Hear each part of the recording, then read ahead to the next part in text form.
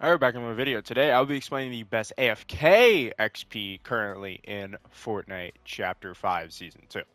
Hey gamers, remember to subscribe, like, comment, share. Check that description for all the other social media platforms. Now back to the video.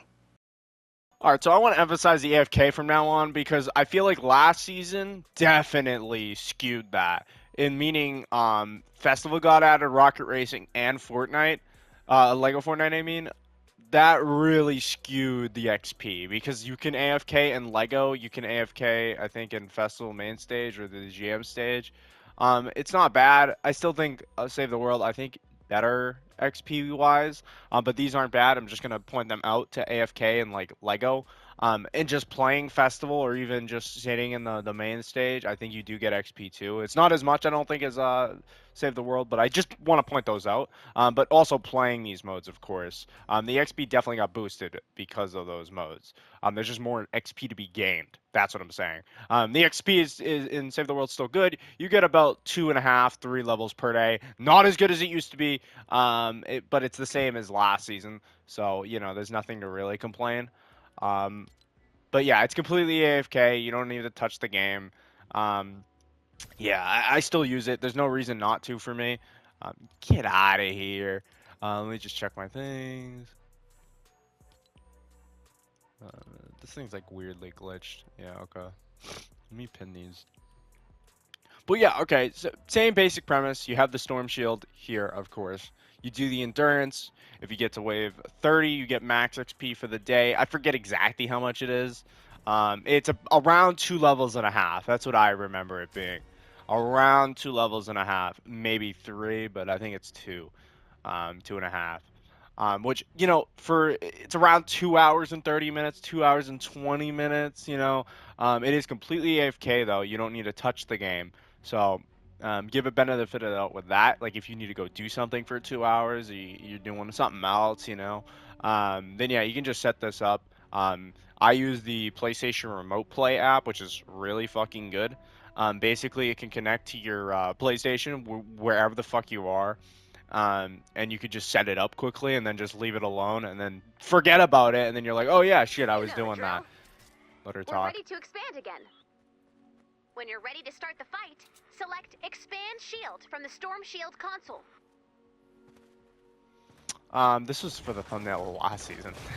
But, yeah, basically it's pretty straightforward. You have these storm shields. You want to get to, you have storm shield 1 to 10 you have to complete before you can get to in the endurances right here. Right there. Um, and then you have these storm shield amplifiers, B, A, C, B, blah, blah, blah, blah, blah. And the husks, the zombies, will attack it. You make these things called storm shield tunnel things. I will link a playlist of all the ones in the description of.